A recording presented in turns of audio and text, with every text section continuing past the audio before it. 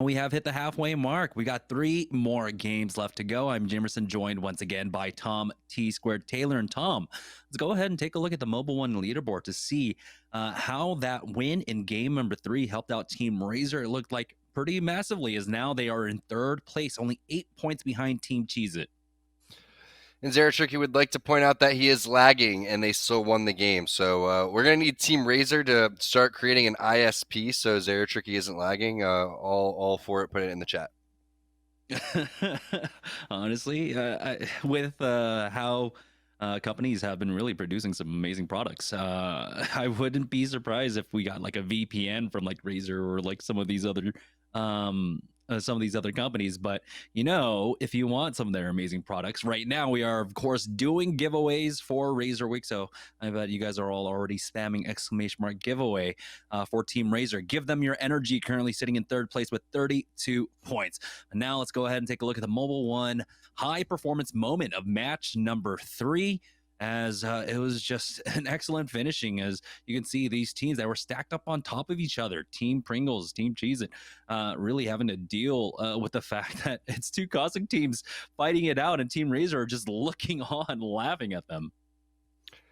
Yeah, pay attention to how Hakulo safely maneuvers his way to under the building, but stays within Q range of his team, while the rest of the players just take little head glitches here and there. And all the focus is obviously on those doors.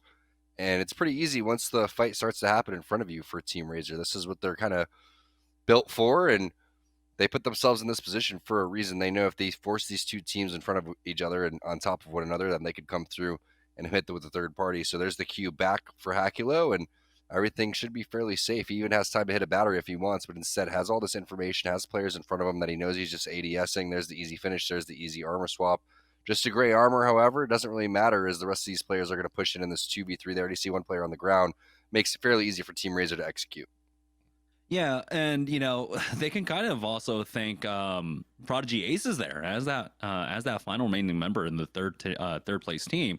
He got a knock for them. That gave them the man advantage. It was the 3v2 for Team Razer to finish this one all off, and they got the dub in that one. Checking real quickly to see how many points they actually got in that game. They had 7 kills, so they got 19 points off of the back of that one. There's a huge game for them, really propelling them now within the top 3 with 3 more games to go. This kind of consistency is really good. So again, they're running a composition that can survive, of course, on the edge. But when it comes down to the macro play, we know that Muffins has the experience to really make a lot of these calls. They've really put themselves in position to win a majority of these games. It's just a matter of, can they finish off the rotation? Can they get to that priority spot? This time they got there a little bit earlier, and they made their way together into a really, really good position around the outside and won some fights as they had to get to this spot to begin with. And they did some nice gatekeeping over towards the choke. Really everything that you would hope for in a game. Obviously, when you have these thermal station zones, it's kind of hard to pick up a lot of kills, right? Unless things just go absolutely bonkers and you're fighting over towards the edge a lot. It doesn't seem to be that way. It seems like there's edge fighting happening here and there, but there's some early 50-50s we see that's going on with Team Intel and Cheez It over towards Lava City. Once that happened, there's been a kind of snowball situation of fights, and we end up getting around like 15, 14 teams. That's not typical of what happens. Maybe a little bit towards like game 5 and game 6. It's a little bit slower. So it wasn't that hard. There wasn't that much resistance for Team Razer to make the rotation from Trials Skyhook all the way over here and get there pretty quickly. And I think the importance of that is like their early game and mid game calls, controlling that choke, giving up the position to NPL. Remember, they had that rock spot, they had the beacon they could have prioritized for themselves. Instead, they relented, they fell back into the choke, and NPL were the ones that were forced into a pretty bad rotate into multiple team fights, which they ultimately went down on. Here we go into game number 4, the second half of Series E on board with Team Razer. Once again, they have control over western side of Skyhook. They'll have access to Trials as well, and Zeratricky will pop that beacon for us first. Let's go ahead and take a look at the map. See where this zone's going to go. If it ends up green on Skyhook, we know exactly where that one's going to go. Finds the wingman immediately. That's going to be pretty decent. There's the scan coming in over towards possibly No Name. It could be that beacon building. You already see pings going down, and that also has a scan on top of it. So if someone like Tech gets inside, that's going to be great. Caustics are going to be extremely valuable over here, but wouldn't be surprised to see that actually be the ending. So team's going to loot up very quick and start making the rotations in, trying to get this building. It's not going to be easy for Razer to make their way all the way to Fragment. They're most likely going to have to take some unorthodox routes, and they're going to have to do some edge fighting. Yeah, I kind of see them maybe taking the northern rotate here, going through the train tunnel, going over towards Survey, and then working their way on in from there. We'll find out in just a moment, though.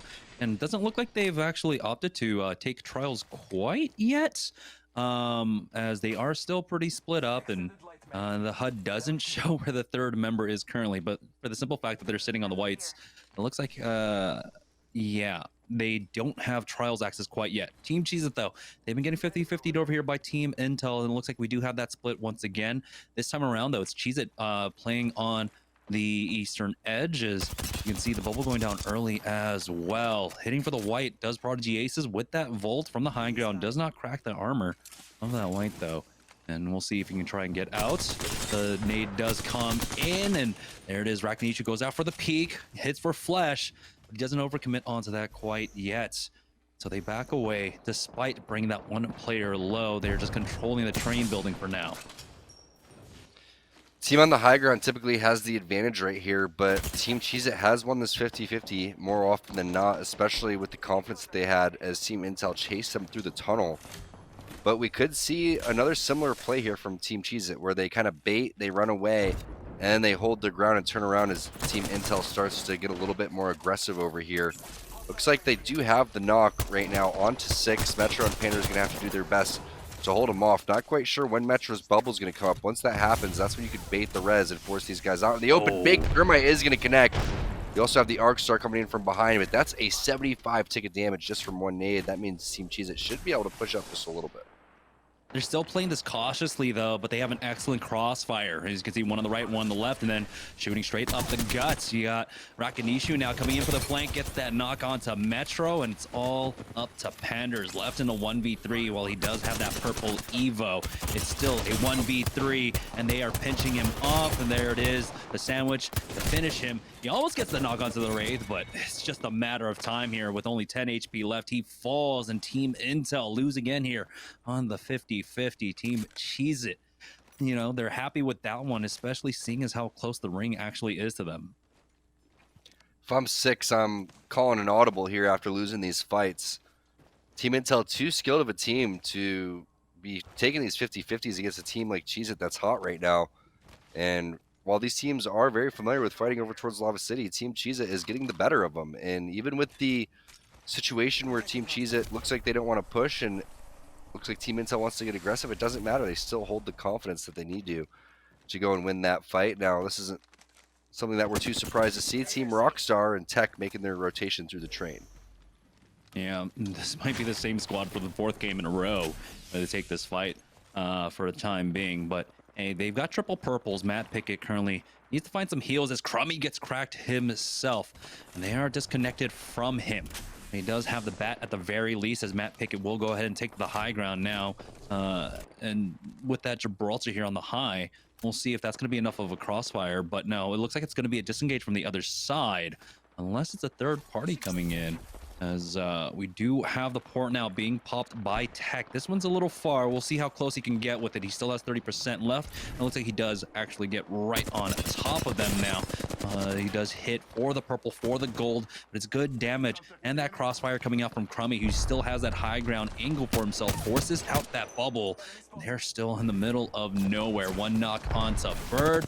Now they smell blood in the water. Want to finish this one off, but the third party doing a lot to them at this point as another scan comes out, and here we go, dropping down onto low. Almost gets that knock, but he has to back away as Rockstar once again just trying to buy some more time here. But no, Tech says he needs these kills. He will go ahead and start pushing up. The scan comes out. They've got the knock below them. They can secure that at the very least, and they will. Is it Team Rockstar or is it Team Flatline right now? Because they're going in with this weapon. Will they have enough heavy ammo to go around is the question, as Tech is doing some serious work. Crummy gets fairly aggressive on these players that are going to be down. This is going to be Bird and whoever's behind that knockdown shield. That should be the rest of Rice Krispie Treats, and it is. Casper going to go down. This was a very well-timed third party coming through for Team Rockstar. But look at Pop-Tarts in shambles as Stomps is trying to find Lucas's banner. They were in such a great spot, but all hell really breaking loose. This is where we expect the zone to end. If we saw the scan that happened right in the beginning of the game coming in for Rakadishu, we prioritize this building right here over towards the right-hand side. Oh boy. We do have Turtle Club coming in. They were able to get the knock and the kill onto Crummy. So the third party successful here as Nasky picks that one up. And we have be able to swap off onto the gold armor as well. And now we have Team Rockstar on the ropes. I actually have to try and take the ropes to get away to the other train. Here is South State now making their push, but the caustic gas makes that first floor inaccessible to them, slowing down this push.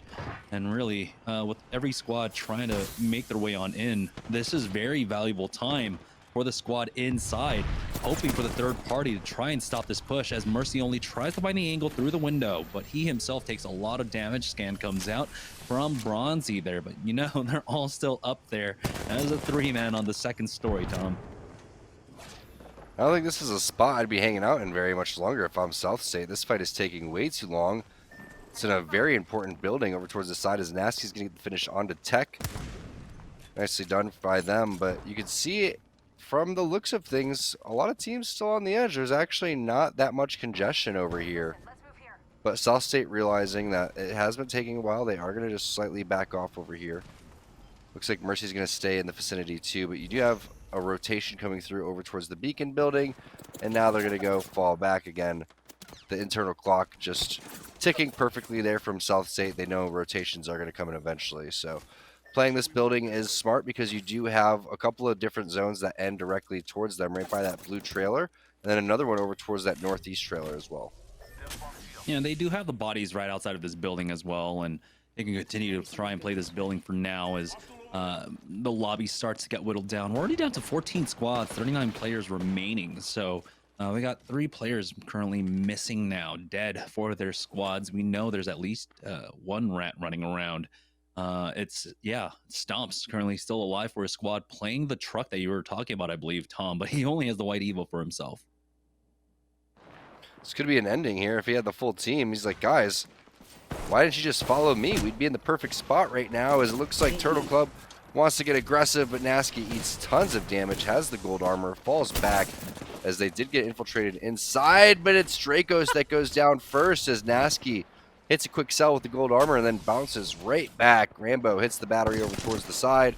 Nasky gets inside the building and heals. Ronnie goes down as well. There's the finish coming in from K Swinney anytime now as he just gives a little juke and jive.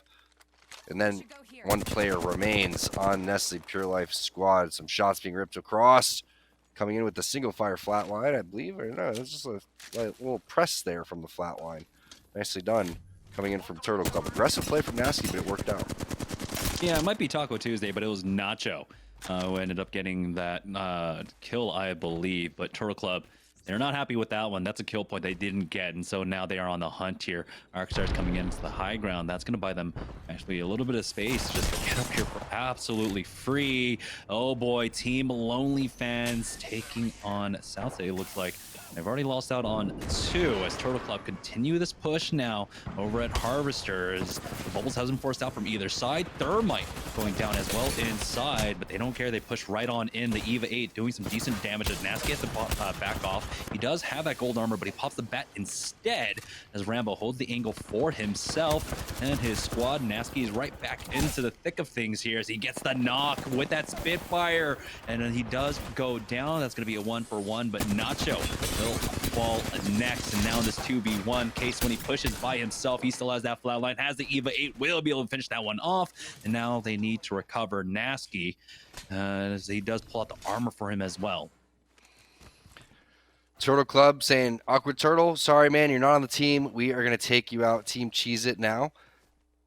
Making their way over towards where South State was and going to hit the scans. No hostiles is something that you do like to see. Looks like they are trying to take over this area with all these different armor swaps. I do like the spot. We've talked about it. We don't know exactly where this one is going to end, but No Name is a great position to be in right now, especially with Joey Blackout, how you continue to try to hold these buildings as the caustic. With the armor swaps, there's really nothing to worry about. Look at this. 3 blues sitting up over towards the top. Barrels being placed in the correct spot. Coming in from Joey. Good time scan coming in from Rakadishu. And now, finally, after round 2 is closing, teams starting to make their way over towards No Name.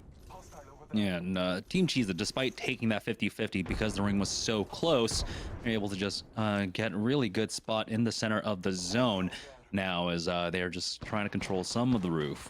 For the time being, Rakanishu can climb up to get a better vantage point and decides to just back away here as round 2 is closing and 30 more seconds for that. But currently we have 12 squads remaining, 33 players left. So still 3 players missing. So we know we do have that one rat that stops running around for Team Pop Tarts. There's one team running around as a duo currently. Team Razer finally getting the loot that they were looking for. It looks like over at Trials. We got the double gold along with the purple onto Muffins here. But oh my god! The hell happened to Hakulo?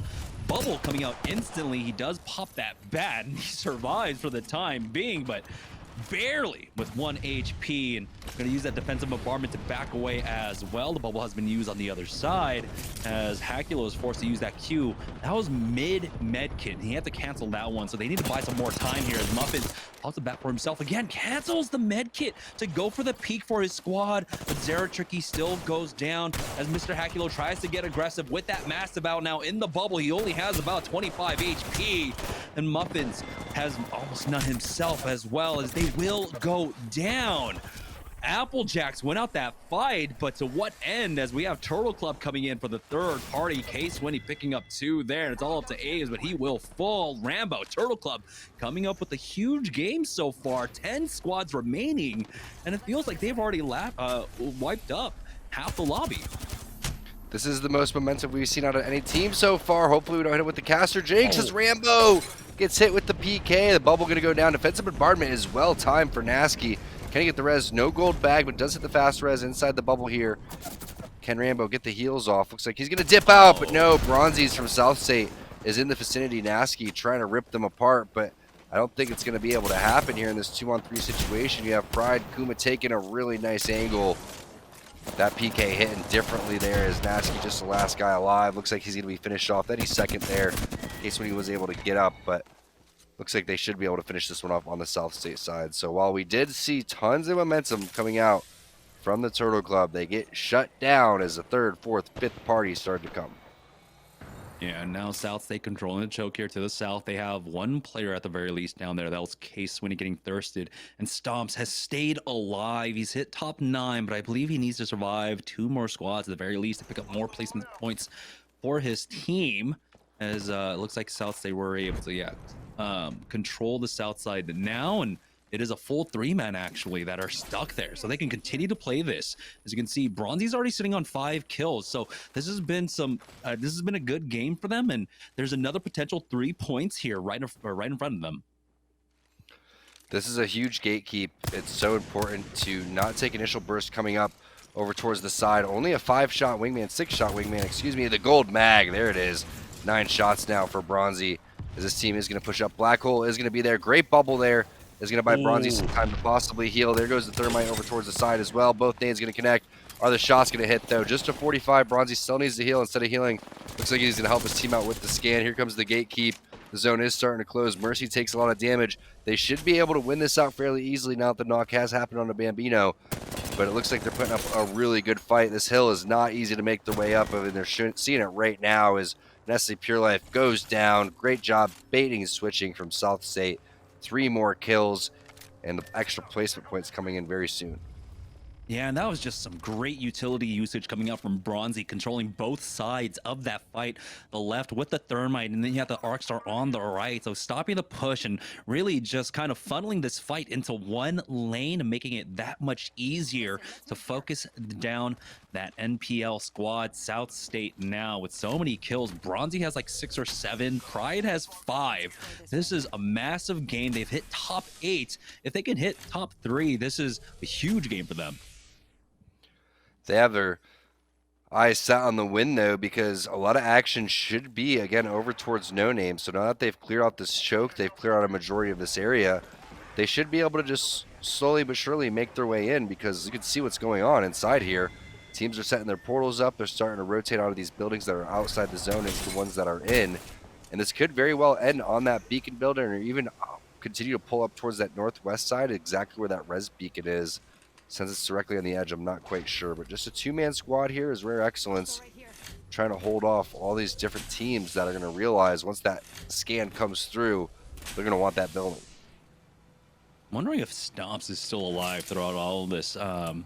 We haven't had our Tomcat rat cam quite yet, but we should in just a moment check in with the other squads here as we're coming down to the final moments of this game very shortly. Yeah, Stomps is still alive, has upgraded to a purple armor, still playing over here at Frag East, ratting this one out completely as, oh boy, South State are here. They are the exterminators? No, it looks like they'll play this a little bit more cautiously, and I agree with this. With 20 seconds left to go, really can't give up this position.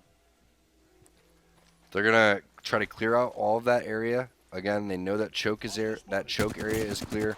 The pings go down over towards this high ground rock. They're just making sure nothing too crazy is happening over towards their left-hand side, which is exactly how you go and play this one, because you can see Jamerson from this edge of the zone they're in right now. So worst case scenario, they just stay right here. But ideally, you're going to have Pride go and take some sort of angle, maybe over towards that rock, more on that northeast side. They're just looting up right here, but great angle from Rakanishu from this team that's stuck. These little train angles are so big for the head glitches right now, and Rakanishu showcasing on how to go and use those ones, but still needs to get 75 more so he can hang with the rest of his team in the purple armor club. Who gets this kill onto Stomps is what I'm wondering. Is he still alive? He actually got a knock onto one and was able to finish him off. This is huge. He does go down. Hood Mobbin comes in for that one, but at what cost is now Cheezer coming in, getting some great connects as well with those shots as Rakanishu throws down that scan. The Beast of the Hunt has been used, but it's just Rakanishu who's there by himself. He does get the bleed out onto one. And it looks like South State were able to pick up some of the remnants of that as well. And so now we're down to our top 5 squads. Number 1 squad running around as a duo currently here is Team Cheez-It. Have an excellent position on this ring. Joey Blackout has all of his barrels out as well. Has the 3 in the bank to utilize along with that Nox gas grenade.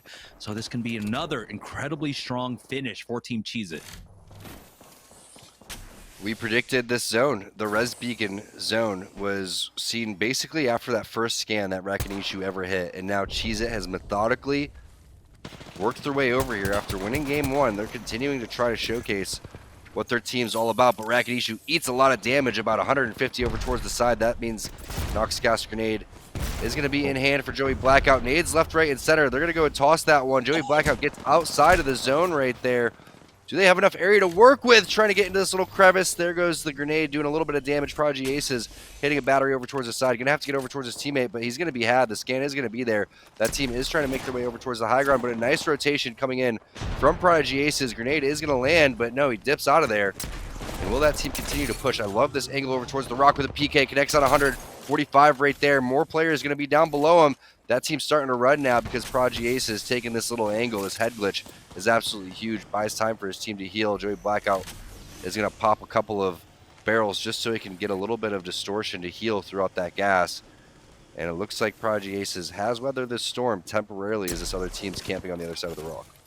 Yeah, the Nox gas grenade stopping the advance of that squad. And they try to cut it off, create distance, or find some distance. But Prodigy Aces with this PK, showing why it had to get vaulted. So much damage, but he is forced down. The nades coming out from the other squad. Team Pringles getting the knock onto Prodigy Aces with that Arc Star. Rakanishu hasn't even healed up yet as Joey Blackout backs down, but the party is, a third party is there. So it is now a 2v3v3.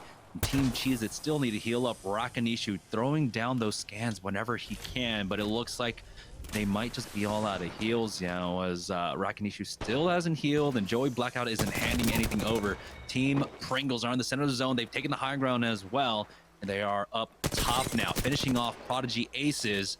They still have full control over their building, and now they have roof control as well. As they do throw down that scan. 2 players below. Fury wants to jump in, but the barrel stops him for the time being. Scan out from the other side as he swings wide in. It is able to get the knock onto Rakanishu, and that's going to be Team Cheez-It going down in 3rd place. It's still a 3v3 here as the other squad tries to get aggressive, find the timing on it. And it would have been great if they got the knock onto Presley, but no. Now it's South State here. Now pushing in for this fight, but big damage out from that mask. They will lose out on Presley. It's now a 3v2 in favor of South State. They want to finish this one off, swinging down low. Is Tempest here with the scan out now. The bubble is there, allowing them to back away, hitting for the gold with that Eva. Haven't found a knock quite yet. There it is onto Bronzy, bringing this down to a 2v2. They have the HP advantage as well as Mercy only tries to heal with that gold armor for the time being. Tempest needs the armor swap, and he will get it now in this 2v2. HP advantage, but it's the high ground advantage for South State here as a defensive bombardment comes down right on top of them. Barely surviving. The bat is popped by Pringles, and that buys enough time for South State to almost fully heal up here. You got to be careful, Panders. Playing out by yourself in that 1v2. He tried to take advantage of it, but he has to back away. Zone still slowly closing in now in this final 2v2 between South State and Team Pringles. Looks like it's just going to be a full reset with meds being handed down as well from Mercy only, as both squads are going to fight this one out. Now the HP advantage, it's very, very even. Despite the red Evo shield there, because of the Fortify for Mercy only, along with, it looks like some coverage coming in now, but the high ground is not there for Pringles. They take a lot of damage, and now South State drop down and get the win here in game number 4. Big PK shots towards the tail end of the game. That Peacekeeper did so much damage, just like you said. That's the reason that it was vaulted. But how fun is it to watch players rip with the Digi threat, rip for 127, and then South State with that really long rotation after coming through, shutting down the Turtle squad,